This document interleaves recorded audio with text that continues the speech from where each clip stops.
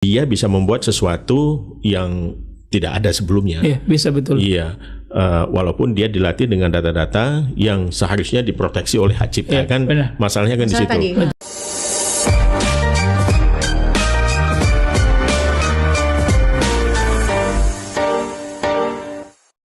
Yang pertama kita urus itu ada dua. Pertama tata kelola dengan etika, gitu. Tata kelola. Nah tata kelola ini termasuk bagaimana nanti diadopsi di tingkat sektor, gitu. Misalnya sektor kesehatan ini yang sudah berjalan saat ini ya, dan banyak sekali pengembang AI, startup AI. Pelaku-pelaku industri yang memakai teknologi AI ini mengembangkan alat-alat kesehatan yang berbasiskan dengan artificial intelligence.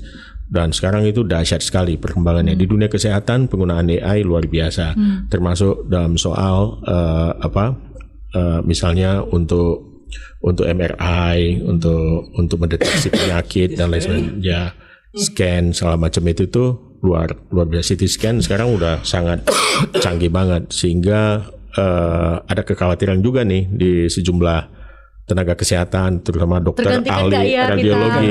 Kalau ahli radiologi sepertinya sangat terancam gitu ya. Betul. Karena mesin scan sekarang ya Pak ya, itu udah data yang men-training dia itu udah jutaan gitu. Jadi begitu keluar hasilnya itu pembacaannya udah bisa dilakukan oleh mesin.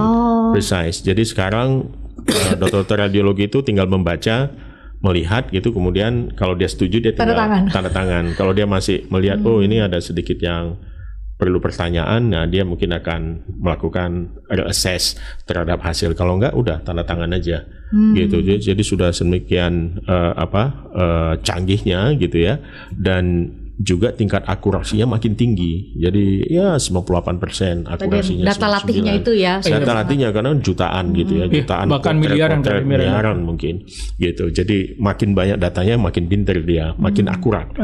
Gitu. Nah, jadi lalu kemudian kita atur etikanya. Etika AI ini di situ soal akuntabilitas, soal transparansi. Misal seperti tadi penggunaan video itu ya. Banyak orang terkecoh kan. Sekarang ini untuk generative AI, untuk video aja itu kalau kita pakai satu software yang berbasiskan dengan AI, ada juga bahkan aplikasi kayak Google mengeluarkan Google Veo 3 Veo 3 sekarang. Dengan aksen yang sangat itu luar biasa ya, termasuk juga menghasilkan videonya itu menurut saya sih sudah super realistik. Jadi sekarang tuh memang trennya super realistik semua, video, foto, sama seperti tadi itu dia bisa mengenerate dan menenactment kembali bagaimana California di tahun-tahun abad perguruan emas, tahun zaman Wild West waktu itu, dan itu secara persis kita bisa lihat ininya, karena memang ada banyak foto yang dihasilkan di masa-masa itu ya AI ini cuma generate. Nah yang menariknya begini, tadi saya jadi tersentil juga soal hak cipta itu Pak Razuli ya. Memang ini kan mesin yang bekerja gitu. Sementara hukum kita mendekati soal ini, mesin bukan objek hukum kan gitu. Ya kan selalu bukan saja subjek hukum. Bukan subjek hukum. Dan selalu harus ada unsur manusianya di situ gitu. Nah, tapi kreativitas yang dibuat oleh mesin ini semakin lama makin canggih, makin canggih gitu. Ini dia bisa membuat sesuatu yang tidak ada sebelumnya. Iya, bisa betul. Iya. Walaupun dia dilatih dengan data-data yang seharusnya diproteksi oleh hak cipta, kan masalahnya kan di situ. Jadi sampai sekarang hasil dari karya AI ini tidak bisa diklaim punya hak cipta. Jadi siapa aja yang misalnya gini, video tadi itu siapa aja boleh copy dan sebarkan. Dia tidak diproteksi oleh hak cipta gitu. Sama juga di Jerman sekarang itu ada satu stasiun radio yang menyiarkan lagu-lagu produksi AI. Dan dia bikin rankingnya, ada top 10-nya segala macam. 100% maksudnya di 100%. Tapi itu nggak bisa dimonetisasi. Iya, nggak bisa. Nggak bisa dimonetisasi karena ya nggak ada hak ciptanya juga. Itu orang bisa copy itu saja bisa menggunakan tanpa kemudian ada performing rights. Sebenarnya dia bisa, tapi tadi yang saya bilang ada kontribusi kreatif. Jadi setelah dia keluar, dia ubah lagi, dia masukkan lagi prompt. Jadi bukan cuma sekali datang kemudian langsung. Dia ada intervensi dari dia berkali-kali kontribusi. Kemudian dia lahirkan itu. Tapi satu hal juga yang perlu diingat ada bahwa walaupun dia bisa bekerja sendiri untuk menghasilkan sesuatu, pengawasan dari manusia tetap harus ada. Karena dia bisa jadi bias atau bahkan halusinasi. Atau melakukan kesalahan itu bisa betul, jadi harus kesalahan. ada pengawasan. Makanya ketika dia mengeluarkan sesuatu perlu divalidasi.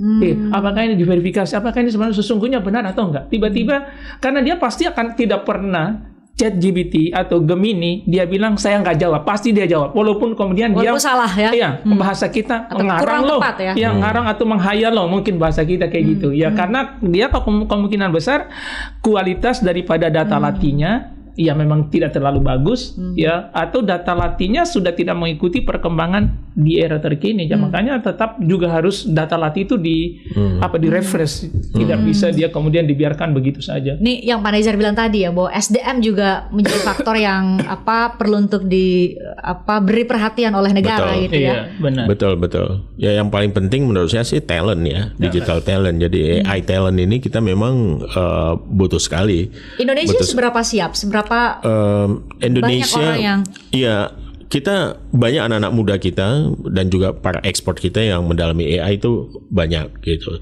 Banyak juga yang sekolah di luar negeri, tapi sayangnya ya mereka mungkin tidak kembali gitu ya. Mereka di sana karena kita ekosistemnya belum begitu vibrant, belum begitu menjanjikan gitu ya. Tapi kita bertumbuh cukup cepat gitu. Dan saya sih optimistis karena dia erat kaitannya dengan ekonomi digital yang juga sedang bertumbuh ya, AI ini, dan Indonesia itu sangat potensial. Jadi ini soal nilai ekonominya aja ya. Di Asia Tenggara ini diproyeksikan di 2030 itu pertumbuhan ekonomi digital itu sekitar 366 miliar US dollar. 40% dari angka itu datang dari Indonesia. Nah, jadi itu satu angka yang cukup besar dan proyeksi ini akan terjadi kalau kita memang siap secara digital talent itu. Dan dengan digital talent masalah-masalah keterbatasan yang ada di AI itu juga bisa dipecahkan. Misalnya dengan Cina dengan menemukan DeepSeek itu, dia menggunakan GPU yang cuma 1/10 dari apa yang dilakukan oleh ChatGPT gitu kan. Dan itu apa yang dilakukan itu di cluster computingnya. Jadi cluster computingnya ini mereka menemukan algoritma, membuat satu formulasi matematika tertentu gitu untuk melakukan pengolahan sehingga bisa dioptimasi prosesnya hanya dengan menggunakan 1/10 kekuatan GPU yang dibuat itu. Nah itu kan sempat mengguncangkan sampai saham Nvidia kan sempat turun sampai sekarang back to normal. Tapi itu pukulan-pukulan seperti itu akan banyak dan persaingan di sektor itu akan makin kencang. Di peta jalan yang tengah disiapkan saat ini termasuk di dalamnya apakah dicanangkan ada apapun nanti nomenklaturnya, lembaga yang khusus mengawasi, khusus mengurusi mengenai AI. Misalnya kalau di Singapura kan ada AI Verify gitu ya, lembaga-lembaga seperti itu yang tadi Pak Nezar bilang menjadi benchmark kita juga dalam menyusun regulasi, terutama peta jalan yang nggak hanya regulasi tapi persoalan kebijakan. Ya, kita juga sedang menimbang itu, harus ada semacam satu badan yang memang kita serahkan gitu ya, semacam otoritas yang memikirkan, mengembangkan, mengawasi, memberikan arah gitu terhadap pengembangan AI. Dan ini lazim dilakukan di banyak negara belakangan ini. Ada yang namanya AI Safety Institute misalnya gitu. Terus di Malaysia mereka membuat Malaysia National AI Office gitu. Jadi ini satu keharusan saya kira, karena kalau sudah kita regulasi nggak ada satu badan yang sebagai pelaksana regulatornya dia in charge, dia coba merumuskan soal etika AI, dia coba memberikan solusi-solusi, akan tersebar ke banyak tempat, jadi kita bingung sendiri nanti ke siapa kita berkiblat untuk soal aturan-aturan ini gitu. Jadi diproyeksikan ada satu lembaga sendiri nantinya. Iya, bukan badan pengawas sih, tapi lebih kayak seperti AI House lah seperti itu. Okay. Berarti di dalamnya juga adalah pengembangan tadi ya, mempersiapkan digital talent tadi ya. Karena kan tadi mau kita highlight adalah dalam perbincangan kita, negara nggak hanya, kalau yang saya tangkap dari Pak Wamen bisa koreksi saya, nggak hanya negara nggak mau hadir hanya sekadar menjadi regulator, tapi juga menciptakan ekosistem tadi ya. Betul. Dan itu tugas negara saya kira. Regulator itu parsial sekali, bagian kecil dari. Betul.